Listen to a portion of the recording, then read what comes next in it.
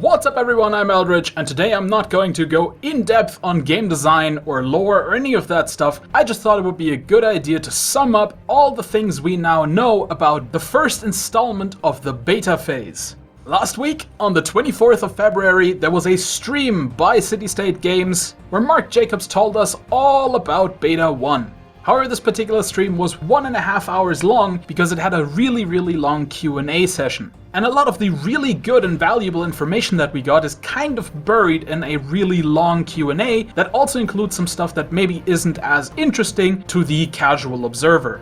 So I thought it would be a really good idea to sum it all up in a short video and just give you a rundown of the things that were discussed. So for weeks now there has been a rumor floating around that Beta 1 will have to be delayed because the game is nowhere near ready to enter this crucial state of testing.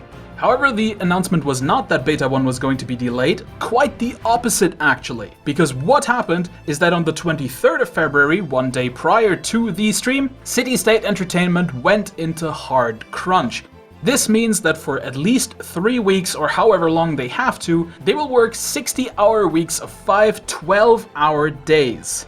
Now personally, I am not a gigantic fan of this entire crunch thing, but I want to make it very clear to everyone listening to this that crunch is an absolutely standard thing in the gaming industry. Pretty much every AAA title that you've ever played, that team went through crunch, and they worked 60 or maybe even more hours per week for however many weeks before the launch. So if the idea of a hard crunch isn't to your liking, do remember that this is an industry-wide thing and has nothing to do with just City State Entertainment.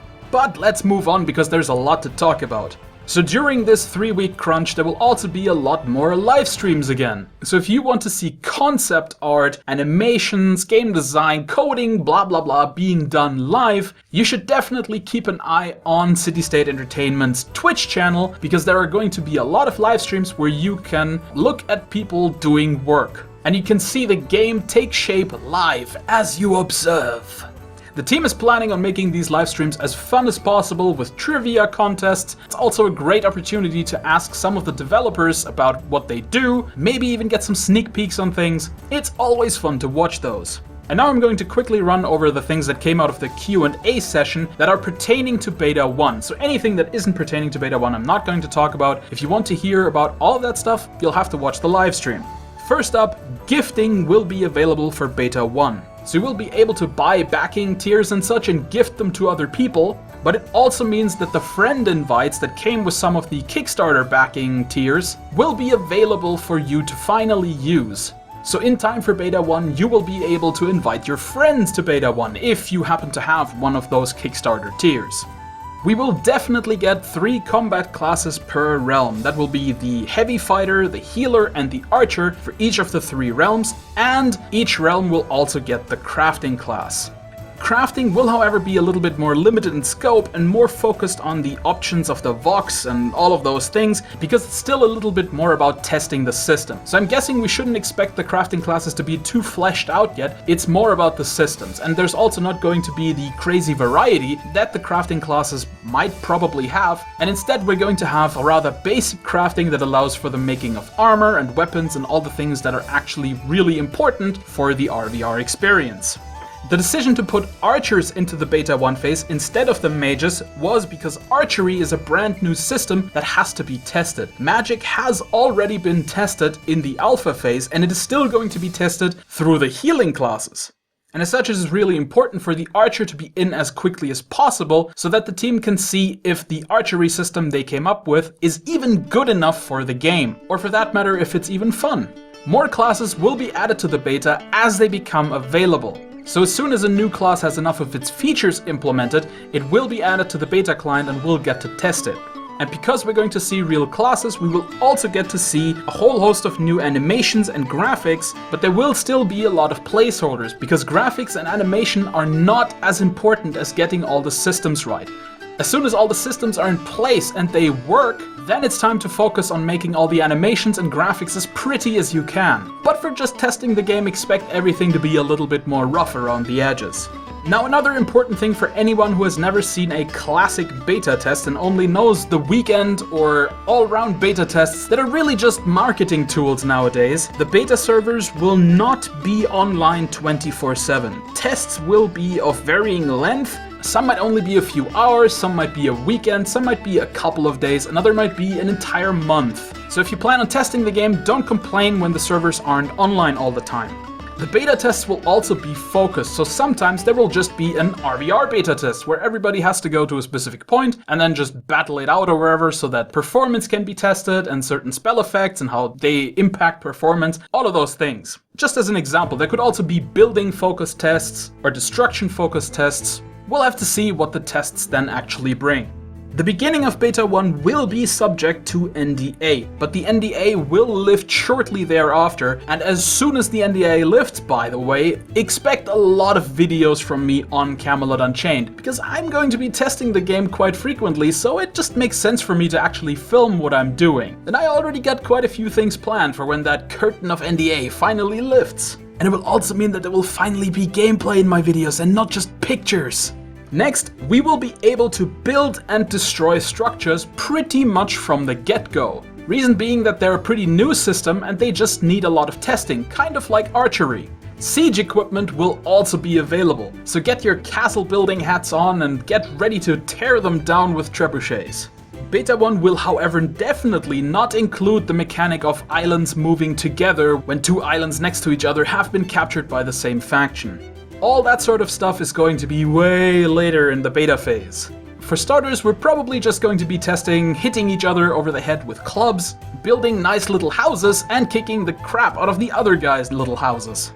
Also, don't expect too much customization. There will probably only be one character model for every available race. And when it comes to armor, there's also probably going to be just one or two different styles per type of armor. Because customization is really not that important at this point. It's really more important that City State can figure out how armor works and how it should work and what they have to do to make it work better and how weapons work and all that sort of stuff. The way they look, really not important.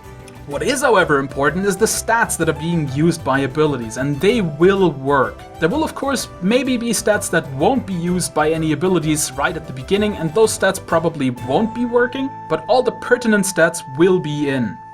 One more thing about crafting, the materials for crafting will most likely be in sort of placeholder nodes. The idea of the bubbled in mines that people can go into that are sort of like instanced mines, I suppose, will not be in the game right away, because once again, it's not really that important to figure out how the system of crafting works.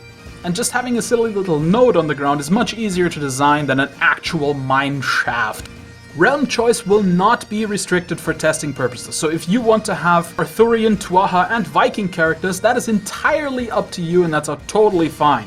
Guilds may make it into the game for Beta 1, but don't be sad if they don't. It would of course be really great because it would make organizing you and your friends a little bit easier for all the testing and such. But if they can't finish the guild system in time, it's not that big of a deal. We're really just there to beat each other over the head anyway.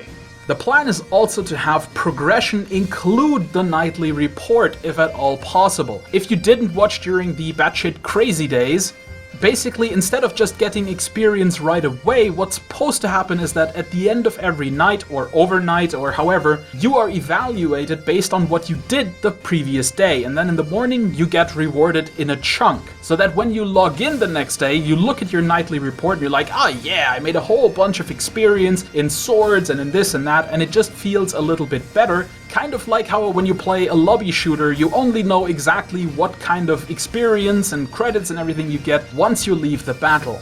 It's that sort of same principle. You're not being rewarded as you go, you're being rewarded in a chunk, and thus it feels a little bit better than just seeing 20 experience constantly build up over time. And it definitely has the added benefit of you not constantly staring at your experience bar and trying to figure out which of your actions gives you the most XP. You can of course still obsess over that if you want to, and I personally think it's really kind of liberating because it kind of removes the idea of a grind, at least in my opinion. Now finally, I would like to mirror what Mark Jacobs said a couple of times during the stream, and that is, please remember that this is an old school beta test. This is not like the more modern approach of beta tests, where you basically just invite people in to have them tell everybody how great the game is prior to its release. This is an actual beta test where things are being tested, and not everything is completed. The game will be rough around the edges, there will be bugs, there will be crashes, and it will not be representative of the experience that you will have in the final product.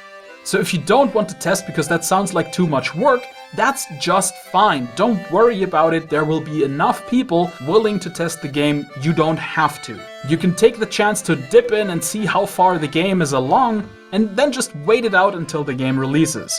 But if you're going to participate, make sure that you do realize that this is not the final game, that what you see is not necessarily what you're going to get 6 months down the line. So also, if there's something that you really like, don't get too attached to it, because it might just change. Alright guys, that's pretty much everything I have to say about the beta 1. I am super excited that the beta is actually going to happen on the time frame that we were promised. It's definitely sad that the team has to go through a crunch to achieve the goal, but hey, I'm going to get the beta earlier, so I'm not going to complain. What do you think about all these new revelations we have about beta 1, and what do you think about the crunch? Are you happy that the game is going to go into beta as it was promised, or are you worried that the poor devs are going to overwork themselves? Let me know in the comments! And that has been it for today. I hope you are all having a wonderful evening, and I'll see you again this week in another Camelot Unchained video, because I'm going to be trying to have 2 Camelot Unchained videos a week from now on. But until then, I've been the CloakingDonkey, and I'll see you in another video.